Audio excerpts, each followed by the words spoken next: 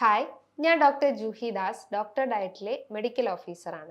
ശരീരത്തിൽ ഉണ്ടാവുന്ന hormonal imbalance കാരണം സ്ത്രീകളും പുരുഷന്മാരും എല്ലാം ഫേസ് ചെയ്യുന്ന പല രീതിയിലുള്ള ബുദ്ധിമുട്ടുകളുണ്ട്. എസ്പെഷ്യലി സ്ത്രീകളെ കേസ് നോക്കുകയാണെങ്കിൽ PCOS, പോളിസിസ്റ്റിക് ഓവേറിയൻ സിൻഡ്രോം അല്ലെങ്കിൽ പോളിസിസ്റ്റിക് ഓവേറിയൻ ഡിസീസ്, അതേപോലെ തന്നെ യൂട്രൈൻ ഫൈബ്രോയിഡ്സ്, എൻഡോമെട്രിയോസിസ്, അഡിനോമയോസിസ്, ഇതെല്ലാം ഹോർമോണൽ ഇംബാലൻസ് കൊണ്ടുവരുന്നതാണ്. അതോടൊപ്പം തന്നെ ഇന്ന് കോമൺ ആയിട്ട് എല്ലാവരിലും, ഈവൻ സ്ത്രീകളിലും പുരുഷന്മാരിലും കുട്ടികളിലും ഒരേപോലെ കാണപ്പെടുന്ന ഒന്നാണ് ഒബേസിറ്റി, അമിതഭാരത്തിന്റെ ബുദ്ധിമുട്ടുകൾ. അമിതഭാരം വരിക എന്ന് പറയുമ്പം നോർമലി നമ്മൾ ഒബേസിറ്റീനെ രണ്ട് രീതിയിലാണ് തരംതിരിച്ചിട്ടുള്ളത്. ഗൈനോയിഡ് ഒബേസിറ്റി ഉണ്ട്, അതേപോലെ തന്നെ ആൻഡ്രോയിഡ് ഒബേസിറ്റി ഉണ്ട്. ഗൈനോയിഡ് ഒബേസിറ്റി എന്ന് പറയുമ്പോൾ അത് ഫീമെയിൽ പ്രിഡോമിനൻസ് ആണ്, അതായത് സ്ത്രീകളാണ് ഏറ്റവും കൂടുതൽ ബാധിക്കുന്നത്. എന്നാൽ ആൻഡ്രോയിഡ് ഒബേസിറ്റി എന്ന് പറയുമ്പം അത് പുരുഷന്മാരിലാണ് കൂടുതലായിട്ടും കാണപ്പെടുന്നത്. സ്ത്രീകളിൽ കാണപ്പെടുന്ന ഈ ഒരു ഗൈനോയിഡ് ഒബേസിറ്റി, അതായത് ഹോർമോണൽ ഇംബാലൻസ് കാരണം കാണപ്പെടുന്ന ഗൈനോയിഡ് ഒബേസിറ്റീൻ്റെ അപ്പിയറൻസ് നോക്കുവാണെങ്കിൽ അവർക്ക് തുടയുടെ ഭാഗത്തായിട്ട് കൂടുതലായിട്ടും ഫാറ്റ് ഡിപ്പോസിറ്റ് ചെയ്യുന്നു, ബ്രസ്റ്റ് റീജിയൻ്റെ അകത്ത് കൂടുതലായിട്ടും ഫാറ്റ് ഡിപ്പോസിറ്റ് ചെയ്യുന്നു, തൈസ്, അതേപോലെ തന്നെ കാഫ് മസിൽസ്, ആ ഒരു ലോവർ പാർട്ടിലായിരിക്കും കൂടുതലായിട്ടും ഫാറ്റ് ഡിപ്പോസിറ്റ് ചെയ്യുന്നത്. അത് അത്ര ഡേഞ്ചറസ് ഫോം ഓഫ് ഒബേസിറ്റി എന്നല്ല. എന്നാൽ ആൻഡ്രോയിഡ് ഒബേസിറ്റി, അതായത് പുരുഷന്മാരിൽ കാണപ്പെടുന്ന ആൻഡ്രോയിഡ് ഒബേസിറ്റി, ഈ ഒരു ഹോർമോണൽ ഇംബാലൻസ് കാണപ്പെടുന്ന ഈ ഒരു ആൻഡ്രോയിഡ് ഒബേസിറ്റി കൂടുതലായിട്ടും ഡേഞ്ചറസ് ആണ്. കാരണം അത് വിസറൽ ഫാറ്റ്സ് ആണ്. എസ്പെഷ്യലി അതിൻ്റെ ഒരു അപ്പിയറൻസ് നോക്കുവാണെങ്കിൽ നമ്മുടെ വയറിൻ്റെ ഭാഗത്ത്, ചെസ്റ്റിൻ്റെ ഭാഗത്ത്, ബ്രസ്റ്റ് റീജിയൻസ്, കൈയുടെ ഭാഗത്തൊക്കെ ആയിരിക്കും കൂടുതലായിട്ടും ഫാറ്റ് ഡിപ്പോസിറ്റ് ചെയ്യുന്നത്. Especially upper part of the ബോഡിയിലാണ് ഫാറ്റ് കൂടുതലായിട്ടും ഡിപ്പോസിറ്റ് ചെയ്യുന്നത്. നോർമലി നമ്മുടെ ബോഡി പാർട്സ് നോക്കുവാണെങ്കിൽ ഒരു സബ്ക്യൂട്ടേനിയസ്, അത് സ്കിൻ ഉണ്ടാവുന്നു, അതിൻ്റെ അടിയിൽ സബ്ക്യൂട്ടേനിയസ് ഫാറ്റ് ഉണ്ടാവുന്നു, ദെൻ മസിൽ, അതിൻ്റെ അടിയിൽ വിസറ എന്ന് പറയുമ്പോൾ ഓർഗൻസ് ഉണ്ടാവുന്നു. സബ്ക്യൂട്ടേനിയസ് ഫാറ്റ് അത്ര ഡേഞ്ചറസ് അല്ല. എന്നാൽ വിസറൽ ഫാറ്റ്, വിസറ എന്ന് പറയുമ്പോൾ ഓർഗൻസിന് ചുറ്റുമുള്ള ഫാറ്റാണ് കൂടുതലായിട്ടും ഡേഞ്ചറിലേക്ക് ലീഡ് ചെയ്യുന്നത്. അതാണ് ഈ ഒരു ആൻഡ്രോയിഡ് ഒബേസിറ്റിയിൽ കൂടുതലായിട്ടും കണ്ടുവരുന്നത്. എസ്പെഷ്യലി ഇപ്പം എക്സാമ്പിൾ കേസ് നോക്കുവാണെങ്കിൽ ഫാറ്റി ലിവർ കംപ്ലൈൻസ് ഉള്ള ആളുകളുടെ ഒരു അപ്പിയറൻസ് നോക്കുകയാണെങ്കിൽ അവർ വയറിങ്ങനെ വീർത്തിരിക്കുന്നത് കാണാം. അതായത് ഒരു കുടം കമിഴ്ത്തി വെച്ച ഒരു അപ്പിയറൻസ് എങ്ങനെയാണോ അങ്ങനെയായിരിക്കും അവർ വയറിന്റെ അപ്പിയറൻസ് ഉണ്ടാവുന്നത്. അതായത് എസ്പെഷ്യലി ലിവർ പാർട്സ് കൂടുതലായിട്ടും എൻലാർജ്ഡ് ആയിക്കൊണ്ടിരിക്കുന്നു. അതായത് ലിവറിന് ചുറ്റും കൊഴുപ്പടിയുന്ന ഒരു അവസ്ഥ, അതാണ് ഫാറ്റി ലിവർ എന്ന കംപ്ലൈൻസ്. അതൊരു എൻഡ് സ്റ്റേജിൽ എത്തുമ്പോൾ അത് സിറോസിസ് കംപ്ലൈൻസിലോട്ട് പോകുന്നു.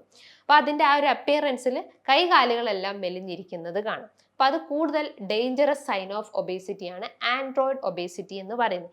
എന്നാൽ നമ്മളെ ബോഡി അപ്പിയറൻസ് നോക്കുവാണെങ്കിൽ നമുക്ക് രണ്ട് രീതിയിലാണ് ബോഡി അപ്പിയറൻസ് ഉള്ളത്. ഒന്ന് പിയർ ഷേപ്ഡ് ഓഫ് അബ്ഡമൻസും ഉണ്ട്, അതേപോലെ തന്നെ ആപ്പിൾ ഷേപ്ഡ് അബ്ഡമൻസും ഉണ്ട്. പിയർ ഷേപ്ഡ് എന്ന് പറയുമ്പോൾ എന്താണ്, നമ്മൾ ഈ ഒരു body lower part of the ബോഡിയിലായിരിക്കണം കൂടുതൽ ഫാറ്റ് വേണ്ടത്. എന്നാൽ ആപ്പിൾ ഷേപ്ഡ് അപ്പിയറൻസ് എന്ന് പറയുമ്പോൾ എന്താ, നമ്മുടെ ഈ ഒരു വയറിന്റെ ഭാഗത്ത് കൂടുതലായിട്ടും ഫാറ്റ് ഡിപ്പോസിറ്റ് ചെയ്യുമ്പോൾ അത് ഈ പറഞ്ഞ പോലെ തന്നെ കൂടുതൽ ഓർഗൻ ഡാമേജസ് ക്രിയേറ്റ് ചെയ്യുന്നു. ഫാറ്റ് കൂടുതലായിട്ടും ഡിപ്പോസിറ്റ് ചെയ്യുമ്പോൾ ആ ഓർഗൻസിന് കൃത്യമായിട്ട് ഫംഗ്ഷൻ ചെയ്യാൻ പറ്റാത്തൊരവസ്ഥ വരുന്നു. ഇപ്പോൾ ഫാറ്റി ലിവർ കേസ്, അതേപോലെ തന്നെ PCOD കംപ്ലൈൻസ് ഒക്കെ വരാനുള്ള റീസൺ എന്താ, ഓവറീസ് എല്ലാം കൃത്യമായിട്ട് പ്രവർത്തിക്കാതെ വരികയും ഹോർമോണൽ ഇംബാലൻസ് കാരണം നമുക്ക് ഇറഗുലർ മെൻസസിലേക്ക് ലീഡ് ചെയ്യുന്നു. അപ്പൊ അതിന്റെ മെയിൻ റീസൺ എന്താണ്, ഈ എക്സസ് ഫാറ്റ് നമ്മളെ ബോഡിയിൽ ഉണ്ടായി കഴിഞ്ഞാൽ ഇൻസുലിൻ റെസിസ്റ്റൻസ് എന്ന കണ്ടീഷൻസ് ഡെവലപ്പ് ചെയ്യുന്നതാണ്. ഇൻസുലിൻ റെസിസ്റ്റൻസ് ഡെവലപ്പ് ചെയ്ത് കഴിഞ്ഞാൽ എന്താണ്, ഈ തരം fatty liver complaints, diabetes, uterine fibroid, adenomyosis, ഇത്തരം ലൈഫ് സ്റ്റൈൽ ഡിസോർഡേഴ്സ് എല്ലാം നമ്മളെ ഡേ ബൈ ഡേ എഫക്ട് ചെയ്തുകൊണ്ടിരിക്കുന്നതാണ്. അപ്പൊ ഇൻസുലിൻ റെസിസ്റ്റൻസിന്റെ മെയിൻ ലക്ഷണങ്ങൾ അല്ലെങ്കിൽ പുറത്ത് കാണിക്കുന്ന ലക്ഷണങ്ങൾ എന്ന് പറയുമ്പോൾ പ്രധാനപ്പെട്ടത്, അതായത് ഇപ്പോൾ വെയിറ്റ് കൂടിയിട്ടുള്ള ആളുകളുടെ ഒരു അപ്പിയറൻസ് നോക്കുകയാണെങ്കിൽ ഞാൻ പറഞ്ഞു വയറ് ചാടിയിട്ട് കൈകാലുകളെല്ലാം ഒരു ഫാറ്റി ബല്ലി അപ്പിയറൻസ് അല്ലെങ്കിൽ ഒരു ഫ്ലാറ്റ് ഫ്ലാബി അപ്പിയറൻസ് ആയിരിക്കുന്നതാണ്. അവർ കഴുത്തിൻ്റെ ഭാഗത്തായിരിക്കും കൂടുതൽ സ്കിന്ന് തിക്കൻഡ് ആയിട്ടുള്ള ഏരിയ എല്ലാം ഒരു ബ്ലാക്ക് കളർ അല്ലെങ്കിൽ ഒരു ഡാർക്ക് പിഗ്മെന്റേഷൻസ് പോലെ കാണപ്പെടുന്നതാണ്. അതേപോലെ തന്നെ സ്കിൻ ടാഗ്സ് കാണപ്പെടുന്നതാണ്. എസ്പെഷ്യലി കഴുത്തിൻ്റെ ഭാഗത്തൊക്കെ ആയിട്ട് സ്കിൻ ടാഗ്സ് കാണപ്പെടുന്നതാണ്. അതിൻ്റെ മെയിൻ റീസൺ എന്താണ്, ഇൻസുലിൻ റെസിസ്റ്റൻസ് ആണ്. അതേപോലെ തന്നെ പോളിസിസ്റ്റിക് ഓവേറിയൻ സിൻഡ്രോം ഉള്ള പേഷ്യൻസിൽ അല്ലെങ്കിൽ സ്ത്രീകളിൽ ഫേസിലെല്ലാം ആക്നേസ്, പിമ്പിൾസ്, സിസ്റ്റിക് ആക്നേസ് കാണപ്പെടുന്നതാണ്.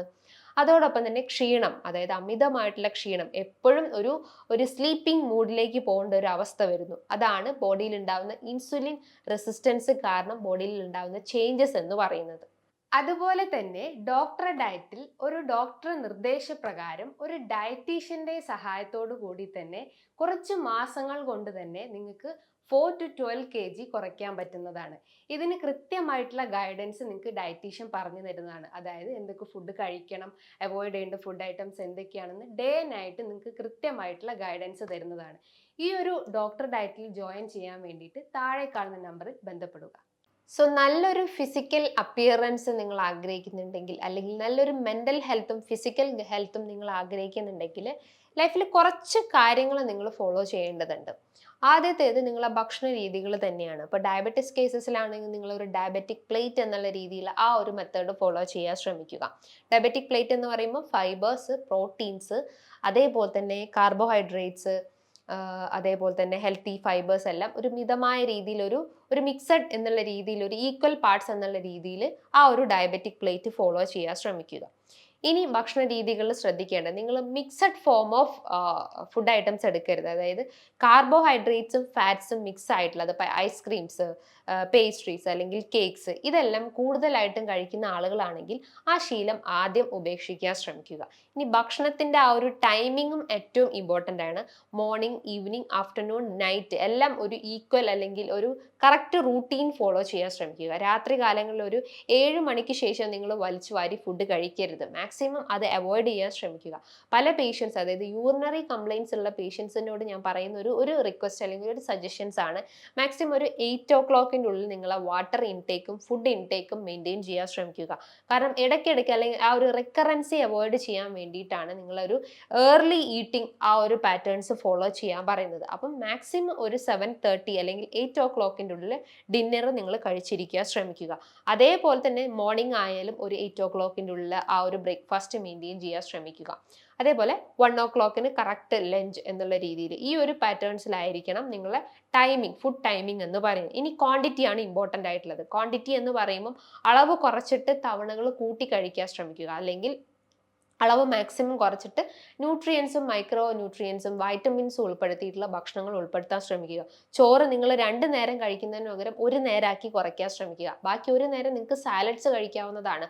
ഫ്രൂട്ട്സോ വെജിറ്റബിൾസോ അങ്ങനെ എന്തെങ്കിലും ഒരു സാലഡ്സ് ഉൾപ്പെടുത്താവുന്നതാണ്. അതായത് നിങ്ങൾക്ക് അതിലേക്ക് യോഗേർട്സ് ആഡ് ചെയ്യാവുന്നതാണ്. യോഗേർട്സ് എന്ന് പറയുമ്പോൾ എന്താ, കട്ട തൈര്.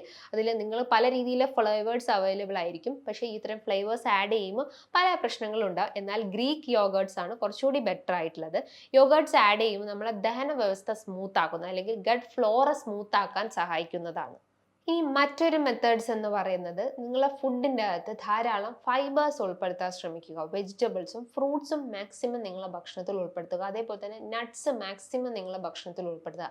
അതൊരു സൈഡ് എന്നുള്ള രീതിയിലല്ല, ഒരു മെയിൻ ഇൻഗ്രീഡിയൻറ്റ് എന്നുള്ള രീതിയിൽ അല്ലെങ്കിൽ മെയിൻ ഫുഡ് എന്നുള്ള രീതിയിൽ മാക്സിമം ഉൾപ്പെടുത്താൻ ശ്രമിക്കുക. മത്സ്യങ്ങൾ നിങ്ങൾക്ക് കഴിക്കാവുന്നതാണ്. ആഴ്ചയിലോ അല്ലെങ്കിൽ ആഴ്ചയിൽ 2 ദിവസം കൂടുമ്പോൾ 3 ദിവസം കൂടുമ്പോൾ നിങ്ങൾക്ക് മത്സ്യങ്ങൾ കഴിക്കാവുന്നതാണ്. മാംസാഹാരങ്ങൾ കഴിവതും കുറയ്ക്കുക. Red meat, especially pork, beef, mutton, ഇതിൻ്റെ അളവ് മാക്സിമം റെഡ്യൂസ് ചെയ്യാൻ ശ്രമിക്കുക. അതേപോലെ തന്നെ എഗ് ഐറ്റംസ് നിങ്ങൾക്ക് എടുക്കാവുന്നതാണ്. അതിനകത്ത് പ്രോട്ടീൻസും ഫാറ്റ്സും ഈക്വൽ അമൗണ്ട്സിലാണ് കാണപ്പെടുന്നത്. അതായത് ഒരു 1-2 എഗ് ഡെയിലി വെച്ച് കഴിക്കാവുന്നതാണ്. അതിൻ്റെ അകത്തുള്ള ആ ഒരു പ്രോട്ടീൻസ് ഉള്ളത് കൊണ്ട് തന്നെ നമ്മളെ ആ ഒരു ദഹന വ്യവസ്ഥ സ്മൂത്ത് ആക്കാനും സ്കിന്നിൻ്റെ ഹെൽത്തും ഹെയർ ഹെൽത്ത് എല്ലാം ഈസി ആക്കാൻ സഹായിക്കുന്നതാണ്. അതേപോലെ നിങ്ങൾ യൂസ് ചെയ്യുന്ന ഓയിൽസ് ആണെങ്കിലും മാക്സിമം വെജിറ്റബിൾ ഓയിൽസ് പ്രിഫർ ചെയ്യരുത്. അതായത് especially soybean oils, sunflower oils, ഇത്തരം വെജ് ഓയിൽസ് മാക്സിമം അവോയ്ഡ് ചെയ്യുക. പകരം നിങ്ങൾക്ക് കോക്കനട്ട് ഓയിൽസ് പ്രിഫർ ചെയ്യാവുന്നതാണ്. അതേപോലെ തന്നെ ധാരാളം ഡീപ്പ് ഫ്രൈ ചെയ്ത അല്ലെങ്കിൽ ഓയിലി ഒക്കെ കൂടുതലായിട്ടും ചേർത്തിട്ടുള്ള ഭക്ഷണങ്ങൾ മാക്സിമം അവോയ്ഡ് ചെയ്യാൻ ശ്രമിക്കുക. ഫ്രൈഡ് ഐറ്റംസ് ഒഴിവാക്കിയിട്ട് മാക്സിമം ബോയിൽ ചെയ്തിട്ടുള്ള ഭക്ഷണങ്ങൾ എടുക്കാൻ ശ്രമിക്കുക. ഇനി നിങ്ങളുടെ ഭക്ഷണത്തിൽ ആപ്പിൾ സിഡർ വിനെഗർ യൂസ് ചെയ്യാവുന്നതാണ്. ഗ്രീൻ ടീ പ്രിഫർ ചെയ്യാവുന്നതാണ്. ഫെന്യൂഗ്രീക്സ്, സിനമോൺസ്, അതായത് ഇത്തരം ആൻറ്റി ഇൻഫ്ലമേറ്ററി പ്രോപ്പർട്ടി അല്ലെങ്കിൽ ആൻറ്റി ഓക്സിഡന്റ് പ്രോപ്പർട്ടി ഉള്ള ഭക്ഷണങ്ങൾ മാക്സിമം ഉൾപ്പെടുത്താൻ ശ്രമിക്കുക. അതായത് ബട്ടർ മിൽക്ക് നിങ്ങൾക്ക് ഉൾപ്പെടുത്താവുന്നതാണ്. ബട്ടർ മിൽക്കിലേക്ക് നിങ്ങൾക്ക് ഫെന്യൂഗ്രീക്ക് ഒക്കെ ആഡ് ചെയ്യുക, അല്ലെങ്കിൽ ഉലുവയൊക്കെ നന്നായിട്ട് മിക്സ് ചെയ്തതിന് ശേഷം അങ്ങനെ ആഡ് ചെയ്യുകയാണെങ്കിൽ നമ്മുടെ ആ ഒരു ഓവർ വെയിറ്റ് അല്ലെങ്കിൽ എന്തെങ്കിലും ഹോർമോണൽ ഇംബാലൻസ് എല്ലാം കറക്റ്റ് ചെയ്യാൻ പറ്റുന്നതാണ്. അതേപോലെ ആപ്പിൾ സിഡർ വിനെഗർ ഒരു ഗ്രേറ്റ് ഫാറ്റ് മെറ്റബോളൈസർ ആണ്, അല്ലെങ്കിൽ ഫാറ്റ് ബേണർ ആണ്. അതേപോലെ തന്നെ കോഫി ഒരു മെയിൻ ഫാറ്റ് ബേണർ ആണ്. അതും നിങ്ങളുടെ ഭക്ഷണത്തിൽ മാക്സിമം ഉൾപ്പെടുത്താൻ ശ്രമിക്കുക. ആപ്പിൾ സിഡർ വിനെഗർ ഒന്നെങ്കിൽ ഒരു ഭക്ഷണം കഴിച്ചതിന് ശേഷം മാക്സിമം ഉൾപ്പെടുത്താൻ ശ്രമിക്കുക. അതായത് 1 ഗ്ലാസ് വെള്ളത്തിലേക്ക് 1 teaspoon apple cider vinegar mix ചെയ്തിട്ട് കഴിക്കുകയാണെങ്കിൽ പെട്ടെന്ന് തന്നെ ആ ഒരു ഫാറ്റ് മെറ്റബോളിസം ഈസിയാക്കാൻ സഹായിക്കുന്നതാണ്. ഇനി മറ്റൊരു മെത്തേഡ്സ് എന്ന് പറയുന്നത് എക്സസൈസ് ആണ്. എക്സസൈസ് എന്ന് പറയുമ്പോൾ പല രീതിയിലുള്ള എക്സസൈസ് ഇന്ന് അവൈലബിൾ ആണ്. അതായത് ബ്രിസ്ക് വാക്കിംഗ്, ക്ലൈംബിങ്, അതേപോലെ തന്നെ റണ്ണിങ്, സ്കിപ്പിംഗ്, അങ്ങനെ എന്തെങ്കിലും ഒരു വർക്കൗട്ട്സ് ബോഡിക്ക് കൊടുക്കാൻ ശ്രമിക്കുക. ബ്രിസ്ക് വാക്കിംഗ് എന്ന് പറയുമ്പോൾ നിങ്ങൾ ഒരു 5 മിനിറ്റ് സ്പീഡിൽ നടക്കുക, 5 മിനിറ്റ് സ്പീഡ് കൂട്ടി നടക്കുക. അങ്ങനെ വേ ഓഫ് വാക്കിംഗ് ആണെങ്കിൽ കുറച്ചുകൂടി നമ്മളെ ബോഡി ഹെൽത്തി ആവുകയും നമ്മളെ മെൻ്റൽ ഹെൽത്തും ഫിസിക്കൽ ഹെൽത്തും നമുക്ക് സ്മൂത്ത് ആക്കാൻ സഹായിക്കുന്നതാണ്. ഈ കാര്യങ്ങൾ നിങ്ങൾ ഒരു 1 മന്ത് കൃത്യമായിട്ട് ഫോളോ ചെയ്യാൻ ശ്രമിക്കുക. ഇനി ഇതുമായി ബന്ധപ്പെട്ട എന്തെങ്കിലും ഡൗട്ട്സ് ഉണ്ടെങ്കിൽ താഴെ കാണുന്ന നമ്പറിൽ കോൺടാക്ട് ചെയ്യാവുന്നതാണ്. നല്ലൊരു ഹെൽത്ത് ടോപ്പിക്കുമായി വീണ്ടും കാണാം. താങ്ക്